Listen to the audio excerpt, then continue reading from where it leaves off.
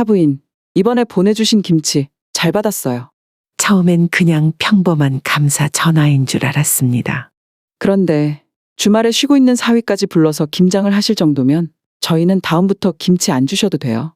얼마 전에 우리 아들 이야기를 들어보니 무슨 처가살이를 하는 것 같아서 속상하더라고요. 예상치 못했던 사돈의 말에 숨이 콱 막히는 듯 했습니다. 처가살이라니요. 그런 건 전혀 아니에요. 그날 정서방은 30분도 안 있다가 갔는데요. 30분이든 3시간이든 사위를 처가에 오라가라 하는 게 문제라는 거예요. 아들이 없으셔서 이런 법도를 잘 모르시나 봐요.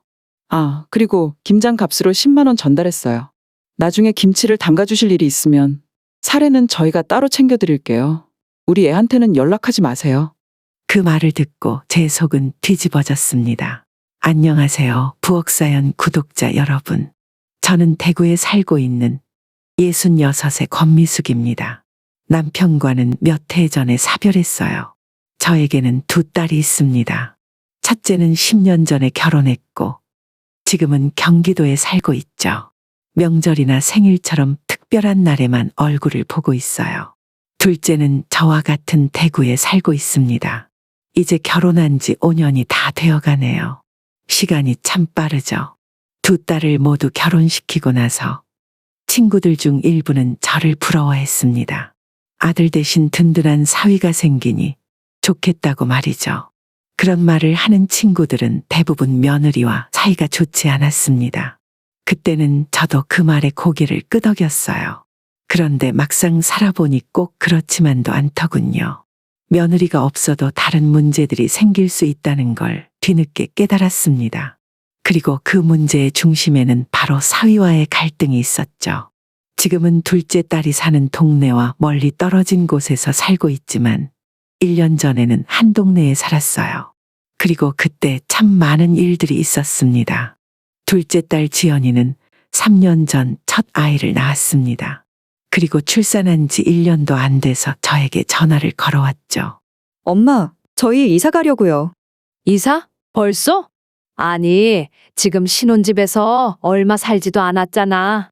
전세 계약 기간도 아직 남은 거 아니야? 저는 놀라서 물었죠. 그런데 더 놀라운 이야기가 뒤따랐습니다. 사실은 엄마 집 근처로 가려고요. 가능하면 같은 아파트로 갈까 생각 중이에요. 순간 당황스러웠습니다. 원래 살던 집도 차로 20분이면 올 수 있는 거리였는데 굳이 같은 아파트로 이사 오겠다는 겁니다. 이 아파트? 왜 여기로 이사 오겠다는 거야? 엄마, 이제 내가 출산 휴가도 끝나고 복직해야 하니까 엄마가 은수 돌보는 걸 좀 도와주셨으면 해요. 예전에도 한 번씩 봐주셨잖아요. 그래서 엄마랑 가까이 살면 좋을 것 같아. 그리고 아무래도 걸어 다닐 수 있는 거리에 살면 서로 편하잖아요. 사실 예전에도 둘째 집에 가서 손주를 봐주곤 했어요. 이제 막 출산한 딸의 몸조리를 위해서였죠. 그런데 이번에는 본격적으로 육아를 도와달라는 요청이었습니다. 저는 한참을 망설였어요.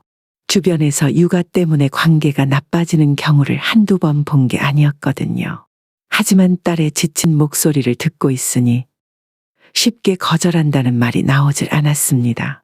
계속 도와달라는 건 아니에요. 우리 은수가 어린이집에 적응할 때까지만요. 그 기간에만 잠깐만 도와주세요. 그럼 내가 너 일하는 동안 하루 종일 은수를 돌봐야 하는 거니? 아니에요. 오전에 은수 어린이집에 데려다 주면 거기에서 점심 먹고 낮잠까지 자고 와요. 오후 4시쯤 데려오면 되니까 그때부터 퇴근할 때까지만 봐주세요. 정서방은 뭐라 그래? 정서방도 괜찮대? 그럼요. 둘 다 바빠서 아이 돌보기가 쉽지 않으니까 지금 이사 가자는 이야기까지 나왔죠. 그동안 저는 결혼한 딸들과 적당한 거리를 유지하며 살아왔습니다.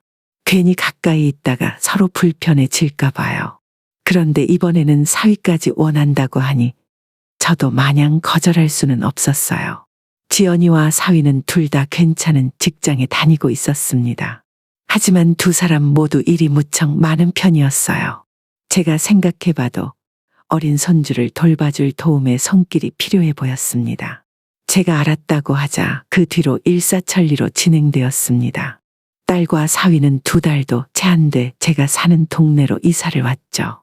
같은 아파트는 아니었지만 바로 옆에 붙어 있는 아파트로 왔습니다. 걸어서 10분밖에 걸리지 않는 거리였어요. 그리고 그때부터 손녀가 어린이집에 적응하는 1년간 저는 매일같이 딸의 집에 출근했습니다. 그런데 손녀가 어린이집에 적응한 이후로도 계속 딸의 집을 오가게 되었어요. 가까이 산다는 이유 하나로 말이에요. 물론 제가 원한 일은 아니었습니다. 하지만 여전히 딸과 사위가 제 도움을 바라고 있었죠. 그동안 도와주는 게 습관처럼 굳어져 있던 저는 바보같이 딸과 사위의 부탁을 계속 들어줬습니다. 엄마, 오늘 제가 야근이라서 은수랑 정서방 저녁을 좀 챙겨줄 수 있어요? 뭘 내가 가서 밥을 챙겨. 정서방이 직접 차려 먹으면 되잖아. 정서방만 있으면 그러라고 하겠죠. 근데 정서방이 은수 밥을 챙기는 건 어려워해서요. 죄송해요. 이번만 좀 부탁드릴게요. 갑자기 이런 전화가 오면 어쩔 수 없이 저는 앉은 자리에서 일어나야 했습니다. 하긴 사위가 직접 할 수 있었다면 애초에 이런 전화를 뭐하러 했겠어요. 그동안 제가 오가며 눈에 보이는 집안일을 하나씩 해주던 것이 화근이었습니다.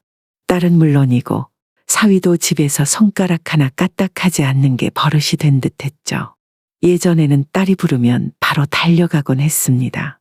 하지만 이제는 나이도 들고 몸도 예전 같지 않았어요. 웬만하면 저들끼리 해결했으면 하는 마음이 들었습니다. 그런 저를 보고 친구들은 한마디씩 했죠.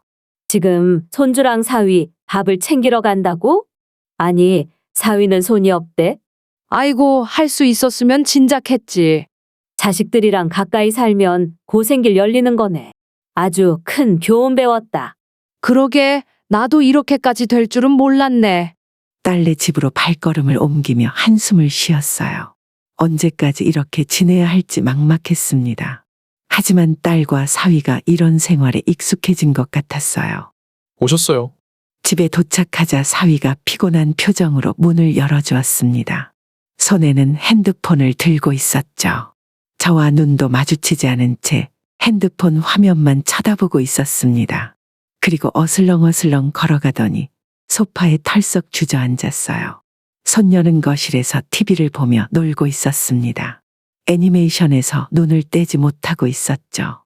부녀가 모두 화면만 쳐다보고 있었고 저는 거실에서 우두커니 서 있었습니다. 은수가 배고파하지는 않던가? 은수요? 괜찮던데요? 어차피 이제 밥 먹을 거잖아요. 그래, 지연이는 언제 돌아오는지 들었나? 글쎄요, 모르겠네요. 한번 전화해 보세요.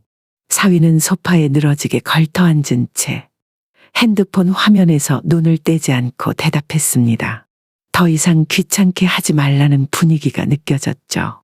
저는 집안을 쭉 한번 둘러봤습니다. 사위가 벗어놓은 양말이 거실 한켠에 아무렇게나 떨어져 있었습니다.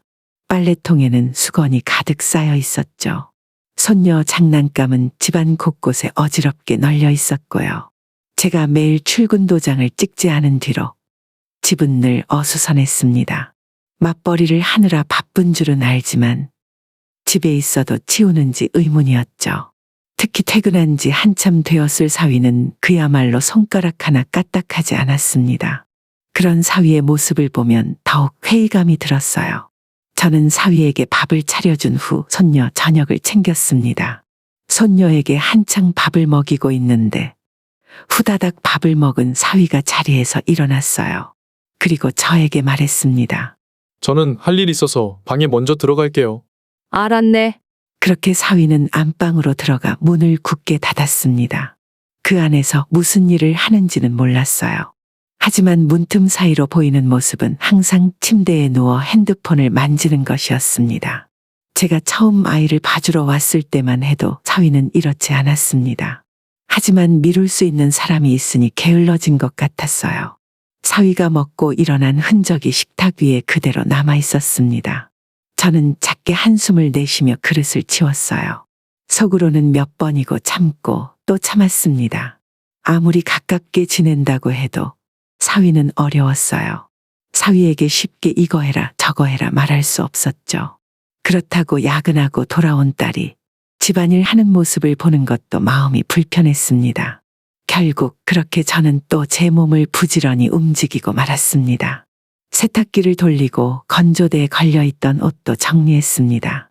거실에 어지럽게 널려있던 장난감도 치웠어요. 먼지 쌓인 거실을 닦고 있을 때 딸이 들어오는 소리가 들렸습니다. 다녀왔습니다. 정서방은 그때도 나와보지 않았습니다. 안방 문은 굳게 닫혀 있었어요.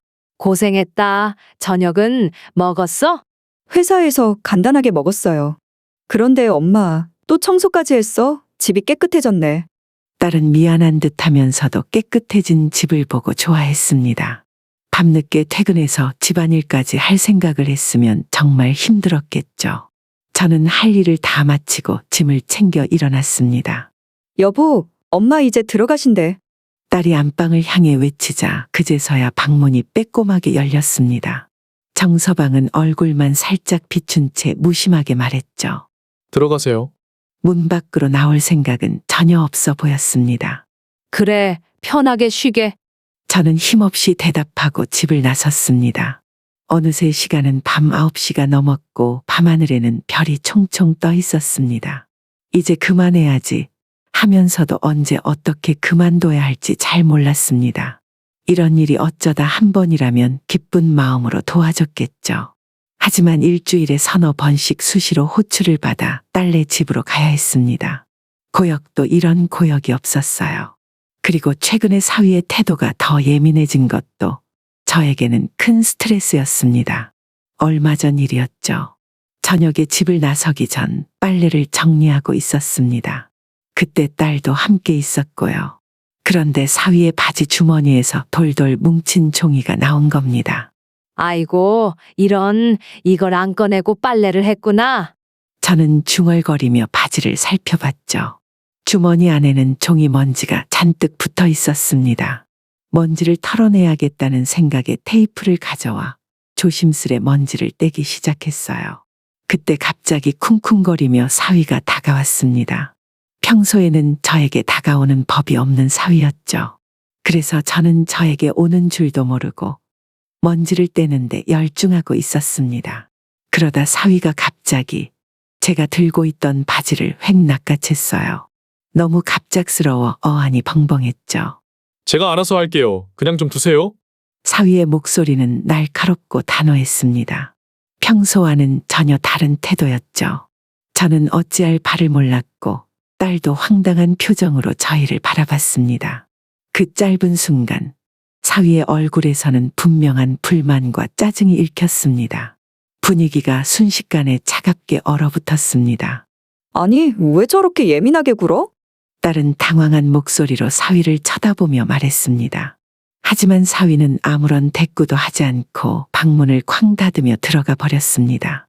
사실 딸은 아직 몰랐겠지만 저는 꽤 오래전부터 느끼고 있었습니다. 사위가 저에게 점점 예민해지고 있다는 걸요. 저녁을 차려주면 간이 싱겁다, 반찬이 별로다라는 말을 툭툭 내뱉었죠. 처음엔 대수롭지 않게 넘기려고 했습니다. 하지만 그런 일이 반복될수록 사위의 말투와 태도는 마치 저를 타박하는 듯 했어요. 청소를 할 때도 그랬습니다. 제가 거실을 정리하다가 실수로 사위의 물건을 건드리면 여지없이 날카로운 반응이 돌아왔죠. 이런 건 함부로 만지시면 안 돼요. 제 물건은 앞으로 손대지 말아주세요. 그러면 저는 그때마다 조용히 물러났지만 속은 쓰리고 불편함이 쌓였습니다. 요즘에는 고부 갈등 못지않게 장서 갈등도 심하다고 하죠. 저는 제가 그 갈등의 주인공이 될 줄은 꿈에도 몰랐습니다. 사위의 눈치를 보며 집안일을 하는 것이 버겁게 느껴졌어요. 가끔 딸이 밥을 먹고 가라고 할 때마다 저는 거절했습니다.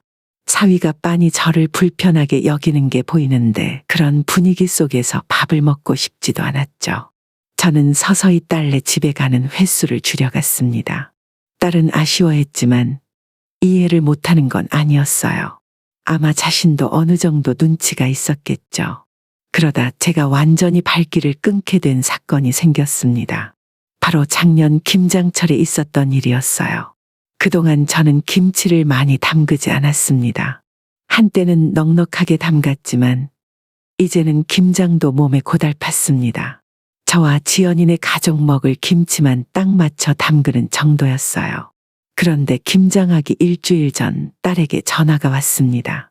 엄마, 이번 김장은 조금 넉넉하게 담아줄 수 있어요? 시댁에서도 엄마 김치를 너무 좋아해서 조금 가져다 드렸으면 해서요. 그동안 사돈과 딱히 연락할 일은 없었습니다. 가끔 딸을 통해 이야기만 몇 번 전해 들었죠. 그래도 사돈 댁에서 제 김치를 좋아한다는 말에 기분이 썩 좋았습니다. 김치 몇 포기 더 담그는 게 뭐 그리 힘든 일이겠어요. 저는 흔쾌히 알겠다고 대답했습니다. 딸은 무척 고마워하며 주말에 자신도 함께 돕겠다고 했죠. 돌아온 주말 저는 평소보다 더 많은 배추를 사서 소금에 절여 두었습니다. 그리고 그날 새벽부터 일어나 김치속을 준비했죠. 그런데 생각보다 양이 많았습니다. 갖가지 양념을 준비하는데 허리가 조금씩 뻐근해졌습니다. 딸이 아침 일찍 온다고 했는데 감감무소식이었어요. 잠시 쉬며 기다리고 있으니 전화가 울렸습니다. 엄마, 어떡하죠? 새벽부터 은수가 갑자기 열이 나서. 지금 급하게 병원에 왔어요. 아이고, 열이 났다고? 괜찮니? 많이 아파? 지금 누워있는데 조금 있으면 괜찮아질 것 같아요. 은수 열이 떨어지면 바로 엄마 집으로 갈게요. 김장은 먼저 시작하고 계신 거죠? 그렇지. 한창 김치 속을 준비하고 있는데 배추를 조금 있으면 옮겨야 하는데 큰일이네. 엄마가 허리도 안 좋고. 그래서 정서방한테 가서 좀 도와주라고 했어요. 혼자 절인 배추 옮기시려면 너무 힘들잖아요. 정서방 아니야. 괜찮아. 엄마가 조금씩 하면 되는데. 어차피 지금 딱히 다른 일도 없어서 그냥 집에서 누워 있어요. 딸이 정서방을 보낸다는 말에 저는 마음이 불편해졌습니다. 괜한 핀잔을 들을 것 같았어요. 딸은 곧 도착할 거라며 전화를 끊었고 사위는 30분 정도 후에 집에 도착했습니다. 김장을 많이 하신다면서요? 배추만 옮겨드리면 돼요?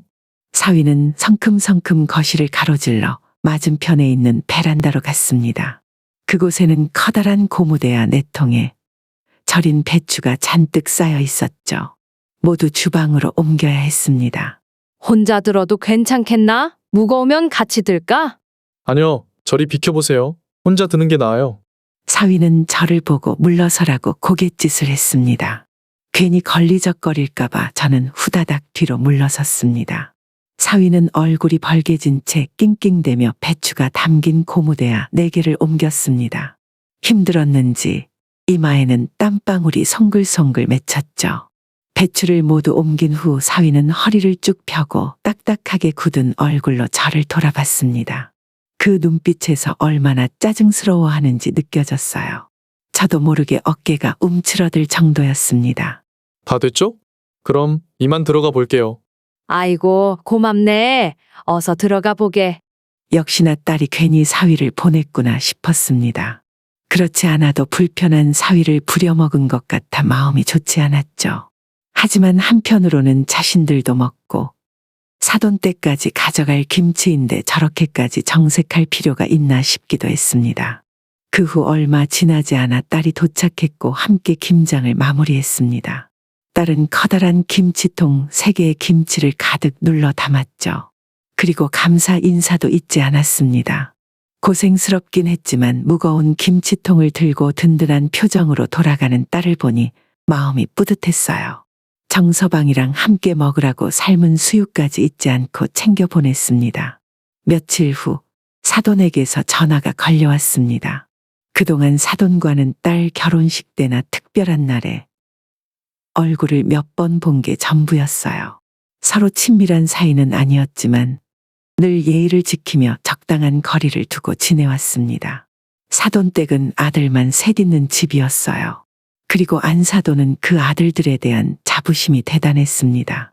짧은 대화 속에서도 그 마음이 선명하게 느껴지곤 했죠. 그런데 그날 사돈의 전화에서는 뭔가 미묘한 기류가 느껴졌습니다. 사부인, 이번에 보내주신 김치 맛있더라고요. 잘 받았어요. 처음엔 그냥 평범한 감사 전화인 줄 알았습니다. 김치가 맛있다니 저도 기분이 좋았죠. 맛있다고 하시니 저도 기쁘네요. 하지만 대화를 나누다 보니 사돈의 말투가 묘하게 바뀌기 시작했습니다. 그때부터 조금씩 속이 불편해지기 시작했어요. 그런데 주말에 쉬고 있는 사위까지 불러서 김장을 하실 정도면 저희는 다음부터 김치 안 주셔도 돼요. 네? 그게 무슨 말씀이세요? 갑작스러운 말에 깜짝 놀라 되물었습니다. 아니, 요즘 세상에 김장이 뭐 그리 힘든 일도 아니잖아요? 그런데 얼마 전에 우리 아들 이야기를 들어보니 무슨 처가살이를 하는 것 같아서 좀 속상하더라고요. 저희는 지연이한테 정말 잘해주는데. 예상치 못했던 사돈의 말에 숨이 콱 막히는 듯 했습니다. 사위가 그저 배추 몇 통 옮긴 것뿐인데 그게 그렇게 대단한 일인가 싶었죠. 귀한 아들이 조금이라도 불편한 일을 했다는 것이 사돈에게는 큰일처럼 들린 모양이었습니다. 저는 서운함을 내색하지 않으려고 노력하며 최대한 담담하게 대답했습니다. 처가살이라니요. 그런 건 전혀 아니에요. 그날 정서방은 30분도 안 있다가 갔는데요. 하지만 사돈은 단호하게 말을 이어갔습니다. 30분이든 3시간이든 사위를 처가에 오라가라 하는 게 문제라는 거예요. 평일에 돈 버느라 고생한 아이한테 주말엔 집에서 쉬라고 해야지 처가일 때문에 이래저래 피곤하면 되겠어요? 아들이 없으셔서 이런 법도를 잘 모르시나 봐요. 어쨌든 다음엔 이런 일 없었으면 좋겠어요. 도대체 지금이 어느 시대인데 아직도 이런 법도를 따져야 하는 걸까요? 사위는 손가락 하나 까딱하지 않는데 딸은 온갖 집안일을 다 하고 있었습니다. 사돈이 말하는 모습을 보니 왜 사위가 그렇게 행동하는지 알 것 같았어요. 그리고 제가 그동안 그 집에서 사위 밥을 챙기고 집안일을 도왔던 시간들이 떠올랐습니다. 그때는 당연한 듯 아무 말도 없더니 주말에 딱 한 번 불렀다고 이렇게 예민하게 구는 걸 보니 참 마음이 복잡했습니다. 누굴 탓하겠어요. 제가 스스로 바보 멍청이다 싶었습니다. 그렇다면 앞으로는 정서방을 부르는 일은 없도록 하지요. 여전히 차분한 척 대답했지만 속은 이미 부글부글 끓어오르고 있었습니다. 그런데 사돈은 끝내 이런 말까지 내뱉더군요. 아, 그리고 지연이한테 김장 값으로 10만 원 전달했어요. 나중에 또 김치를 담가주실 일이 있으면 사례는 저희가 따로 챙겨드릴게요. 우리 애한테는 연락하지 마세요. 그 말을 듣는 순간 결국 제 속은 뒤집어지고 말았습니다. 김장 값을 준다는 말도 어이없었지만 사위를 부르지 말라는 말은 아주 기가 막혔죠. 저를 얼마나 깔보고 있는지 그대로 느껴졌습니다. 딸이 시댁에 다녀오면 늘 주눅이 들어있던 모습도 떠올랐죠. 저는 그동안 제가 단단히 잘못 생각했단 걸 깨달았어요. 그동안 아이들이 힘들다고 해서 도와준 것이 아니었더라고요. 사위 밥을 챙길 필요는 더더욱 없었죠. 김치를 더 담가주는 게 무슨 큰일인가 싶어 흔쾌히 수락한 것도 바보 같은 일이었습니다. 저는 크게 심호흡을 한 뒤 말을 꺼냈습니다. 앞으로 사위 부를 일은 없을 겁니다. 짧게 내뱉었죠. 그리고 거기서 멈추지 않았습니다. 반대로 저도 사위한테 얼굴 비출 일 없을 거고요. 그런데 그렇게 자식을 귀하게 여기시니 우리 지연이도 아들 대하시듯 그렇게 귀하게 대접해 주실 거라 믿어도 되겠지요. 제 말의 순간 사부인이 당황한 듯한 기색이 느껴졌습니다. 잠시 망설이는 눈치였어요. 그리고 기분이 나쁜 듯이 대꾸하더군요. 그럼요, 당연하죠. 그래도 사위랑 며느리는 다르다는 건 아시잖아요. 뭐가 다르다는 건지 저는 잘 모르겠네요. 며느리든 사위든 똑같이 누군가의 귀한 자식이 아니던가요? 어쨌든 앞으로 잘 지켜보겠습니다. 통화는 그렇게 끝났습니다. 전화기를 잡고 있던 제 손은 바들바들 떨릴 정도였어요. 김치 좀 담가달라 하여 정성껏 담가줬더니 도대체 이게 무슨 난리인가 싶었습니다.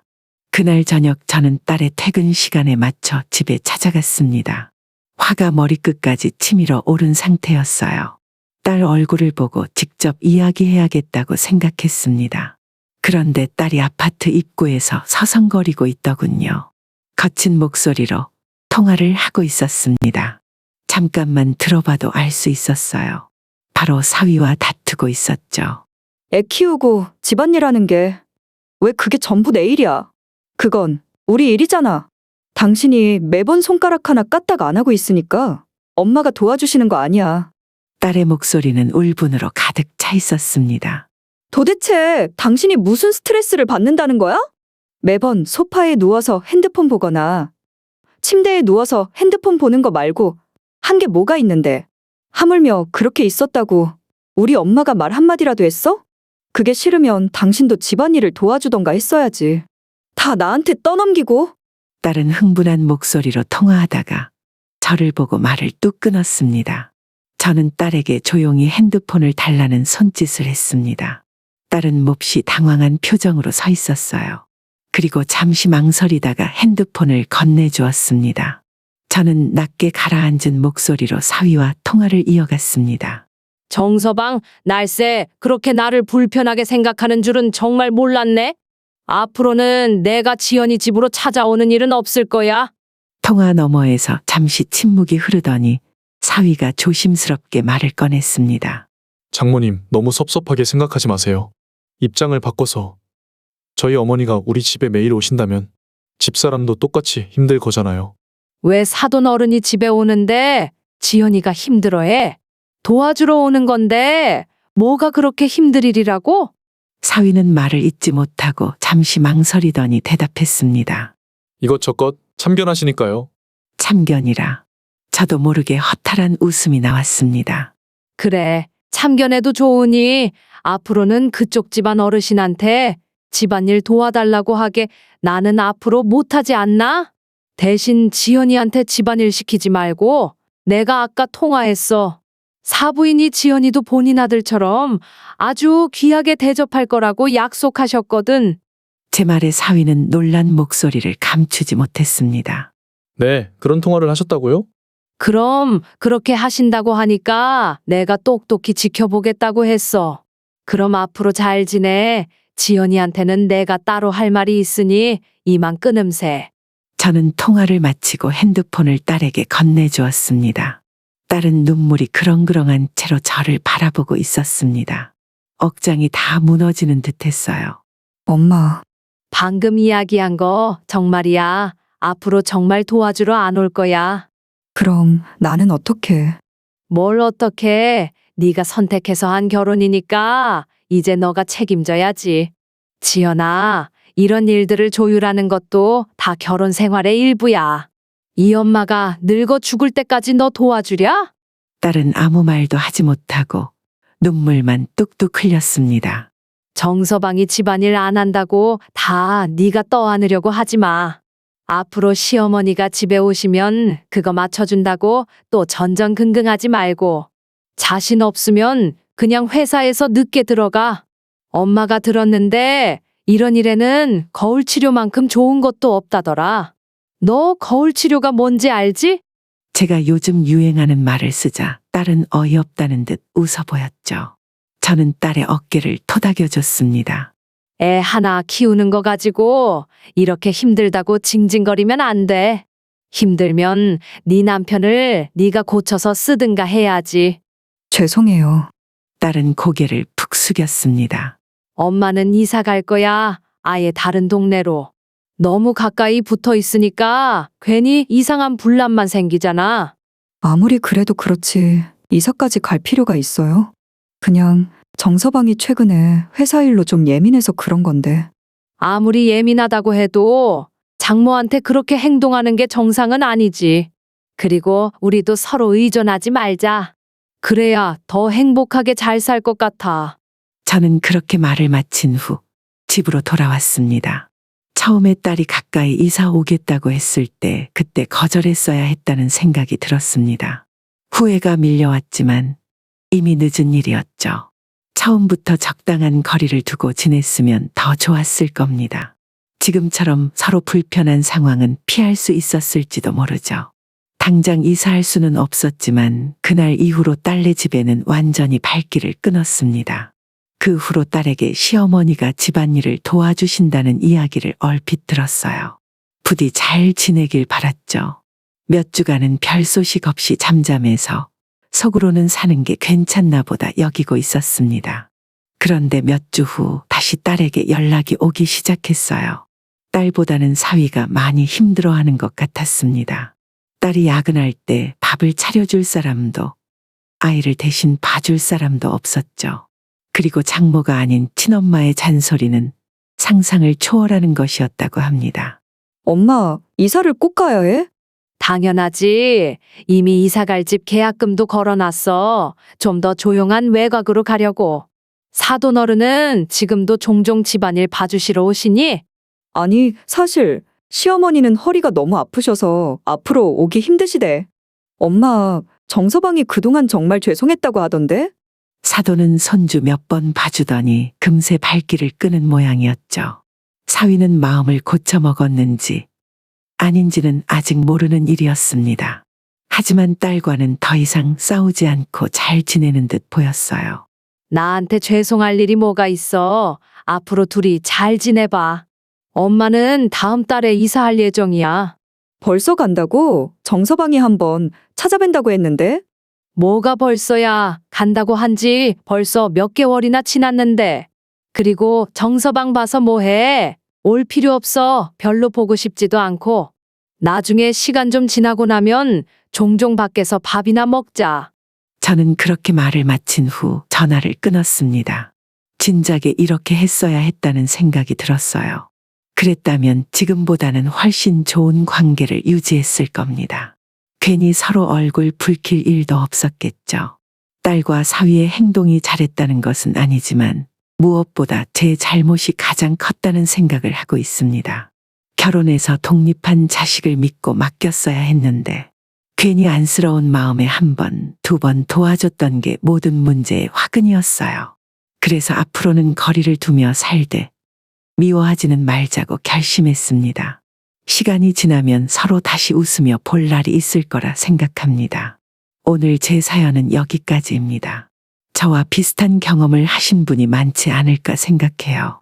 저에게 나눠주실 의견이 있다면 그냥 지나치지 마시고 글 남겨주세요. 그럼 지금까지 제 사연에 귀 기울여 주셔서 감사합니다. 오늘도 평안한 하루 보내세요. 오늘 사연 어떻게 들으셨나요? 이번 이야기가 구독자 분들에게 따뜻한 위로가 되었으면 좋겠습니다. 느끼신 점이 있다면 댓글로 허심탄회하게 의견을 나눠주세요. 부엌사연은 여러분의 구독과 좋아요 그리고 댓글로 유지됩니다. 감사합니다.